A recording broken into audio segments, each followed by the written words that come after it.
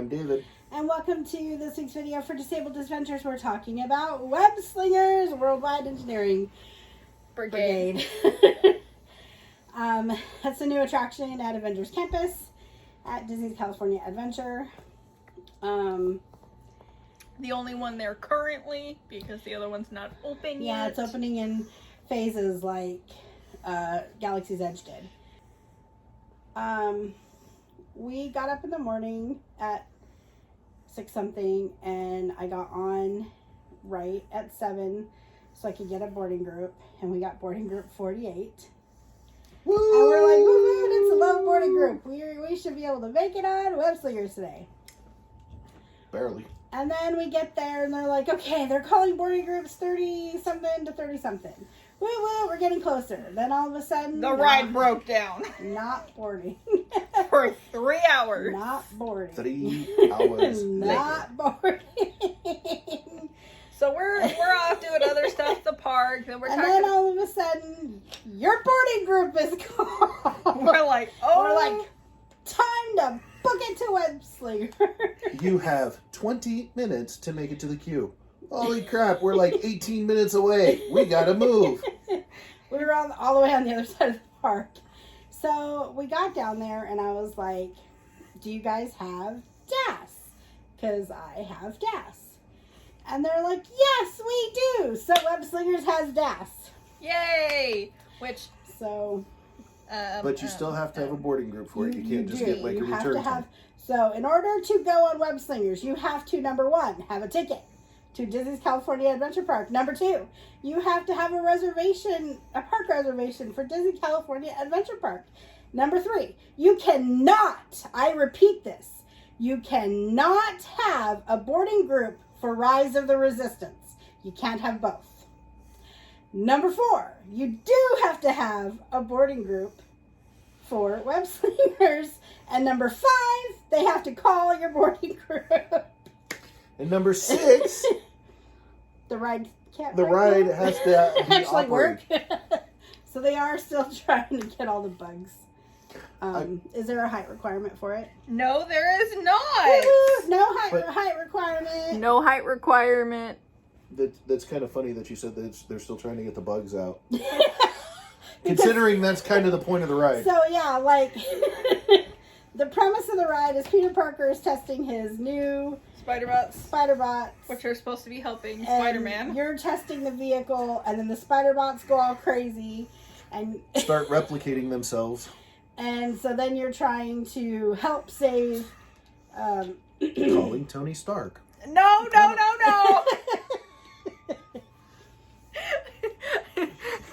Okay. I need help. So they do have DAS.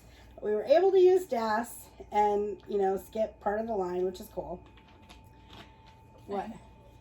So, in the app, under the accessibility and other information, it does say you have to transfer from an ECV to a wheelchair for the ride, because they can't fit an ECV in the... But there is a wheelchair car, so you can stay in your wheelchair if you have one, or if you can't get on the ride any other way, you can transfer from an ECV to the wheelchair, which is what I did. They also have assistive listening, handheld captioning, and audio description. So if you have visual disabilities or hearing disabilities and you rent the little device, it has captioning on the device, or you can hear what's going on. So it'll tell you and show you if you can't see or hear on the little assistive device they rent at City Hall. And that is free, but you do have to pay a $20 deposit to make sure you're going to bring it back. And you can plug in your own headset. So you can bring like your own headset to plug into that, which I found out and that's super cool. And the whole line is ADA compliant. So if you don't qualify for DAS, you will still be able to get through in a wheelchair or ECV.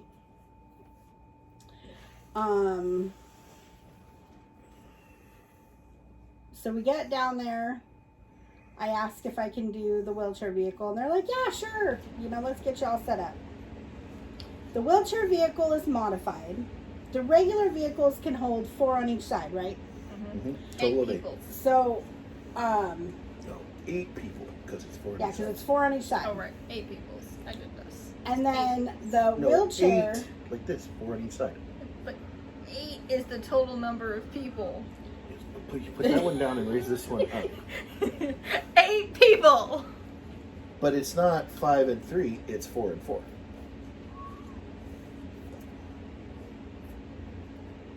But what if somebody has a baby on one side? That would be 5. And if there's 3 on the other, that would still be 8 people. But that's not what the seats are.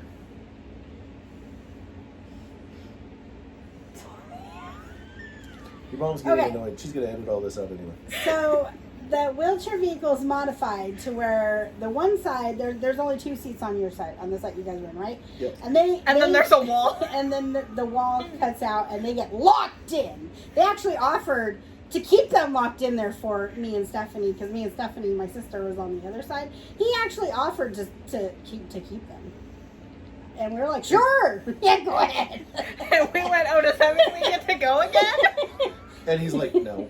We're like, So on the side where the wheelchair goes, there's a bench seat for 2 people, and then the wheelchair takes up the other 2. So you can have a max of 3 on one side, 2 on the other, so a max of 5 people in the wheelchair accessible vehicle. So if you have more than 5, you're going to have to split up. Because the wheelchair, the room they have, it takes up what would be a spot for 2 people. Well, and the divider and then such, the divider takes up the other the side for yeah. 2 people. So it to make actually sure. requires The a wheelchair- room of 4 people. Right, in order to be able to maneuver the wheelchair and to lock it in place and all that good stuff. and the way the wall comes in on the side Dad and I were on, it literally like... It cuts right in. Yeah, it's like you literally have either the exact amount or maybe slightly less room than it would be if there was, just for those 2 seats on a regular car. And while we were waiting for them to be able to send us out, I was sitting there kind of like... She starts trying to feel the window. so you have a ceiling above you, walls beside you, and the front is open completely. Uh-huh. If there had been a window there, I would have started feeling very claustrophobic. Not to mention, I think when you start playing, you probably hit it. That's probably why it's open there, I would imagine. So you don't break the window. Or yourself. Yeah.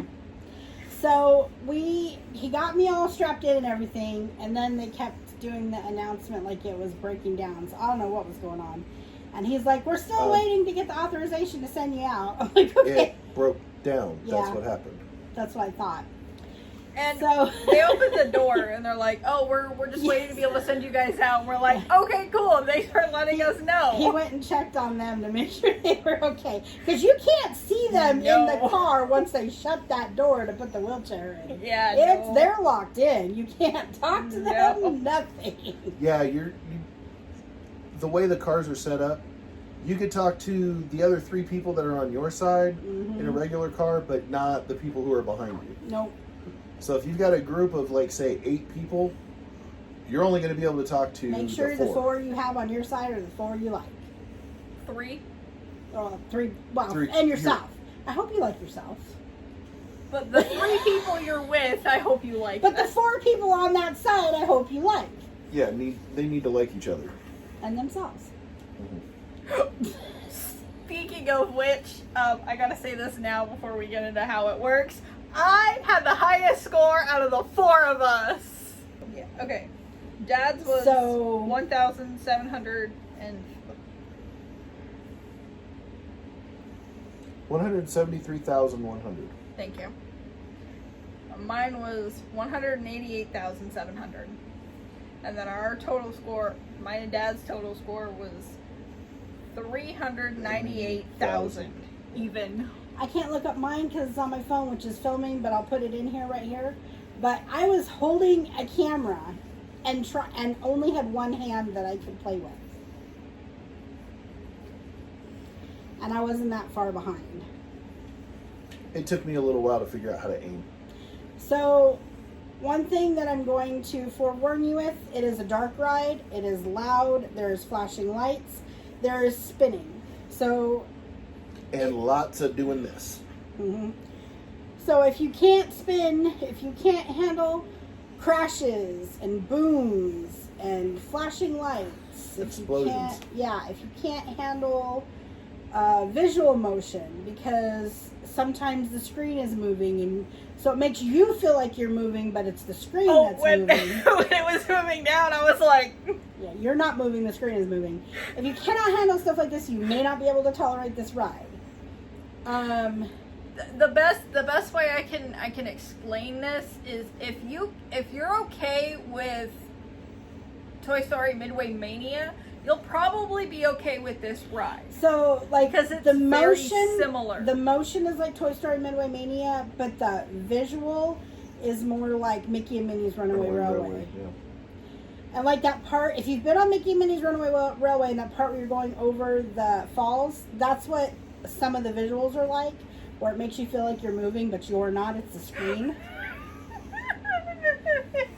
Yes.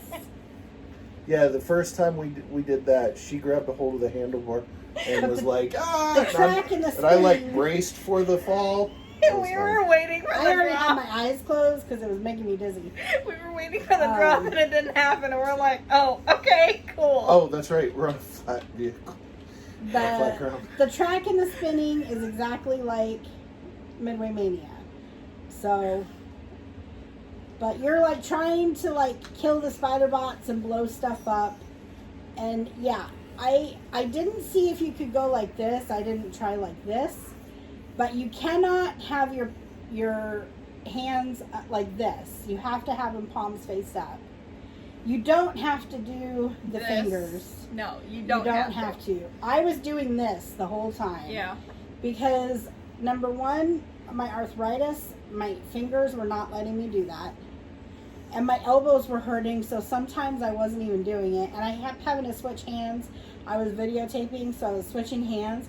So I do like a couple like this, switch hands, a couple like this, switch hands, a couple like this, switch hands, a couple like this. And I only got a couple hundred less than my sister sitting next to me, who had both of her hands. And I think we were only a couple thousand less than the two of them. And again, I was filming, so I had that extra layer of difficulty that nobody else had. There's like this part where there's this like huge spider bot where you're like fighting. And that hurt. Yeah, I couldn't do that. There's no way I can. I can't physically do that. I like the part where it took Yeah, it flies a Quinjet at you. and then One thing I did notice though, and this might be helpful to somebody who's watching this and then goes and does it. The different colored spider bots are different point values. I didn't have time to notice anything like that because I was worried about pain, filming, and not Pain. really worried about my score as much, and trying to figure out the minimum of what you had to do. So like, I was just going like this. Like that's like the minimum of what you have to do is like this. But you have to open your hand and like tilt your hand toward the screen a little bit, and that's what shoots that's what the screen is, whatever the sensors are looking for is something in the palm of your hand. I don't know if it's a heat sensor or I don't know exactly what it is, but I did notice when my hand was up like this, it didn't work as well as if my hand was more tilted down. So like I tilted my hand down, I kind of put it down and went like this, and that seemed to work okay. But I was also holding on because I kept feeling dizzy. So I was also trying to hold on. I was trying to film, do the thing, hold on to the thing. You aren't moving when you're doing this, luckily. You move in between the scenes like with Toy Story. For normal people that don't have issues with trying to aim to like hit the spider bots and everything. Basically what you have to do is put the spider bot you want to hit in between your fingers and directly try to hit that specific one. For the pulling things in your direction or whatever, that took me a minute to figure out. Oh, I was able to do that. You just push out and pull back real fast. Yeah, I figured that one out. I figured that one out right away. Because I went like this and pulled my hand back, and all of a sudden this tower of barrels came flying out. And like the first one, there's this like tower of barrels on the side. I went like this and pulled back right away. And like it just went boom, and then all of a sudden stuff was exploding. Yeah, I kept missing these bots, kept hitting this box that was behind them, and I finally went like, fine. I pulled the box and it hit those two spider bots. Mm-hmm. But it's pretty fun. Yeah. I like the yellow ones that glowed, and when you hit them with the web, they explode. I think it's definitely one of those things where as you play more, you get better at it and, higher scores and such. Being as you have to have a virtual queue and you can only do once a day, nobody's going to get good at it fast. Unless they're doing it like every day. But it'd be awful expensive right now for people in Southern California to be doing it every day because no annual passes. So they have to buy park tickets every day. So I doubt there are people doing that.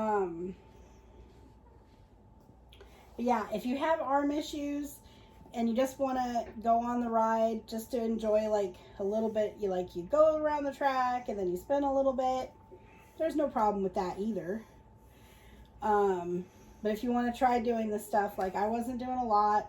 I was already hurting from Splash Mountain the day before, and my shoulders and my arms have been hurting since then hugely. So I wasn't doing a whole lot. So they have a sign in the queue as an explanation as to how. Yeah, they have like instructions in the queue line, which is kind of cool. I'll put that in here as well. Yeah, I had a picture of that too, but and then I think that's a little bit better of a picture. There's like that opening show with Peter Parker, which is super cute. Oh yeah. And which he kind of tells you what to do as well. Uh-huh. He does. Not very well though. It's Peter.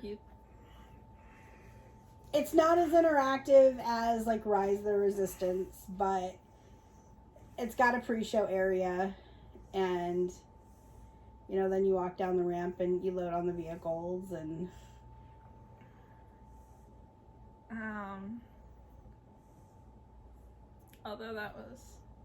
Although the pre-show was really funny. What was your favorite part of the ride? Yeah. Or the ride and the pre-show? Whatever. Well, my favorite part of the pre-show was when not Friday. Katie, whatever her acronym was like calling Tony Stark. He's like, no, don't call Tony.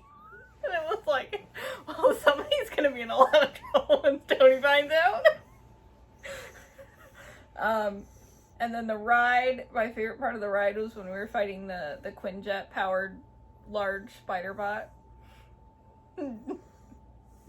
At the funny. end. Yeah, it was funny. What was your favorite part of the ride?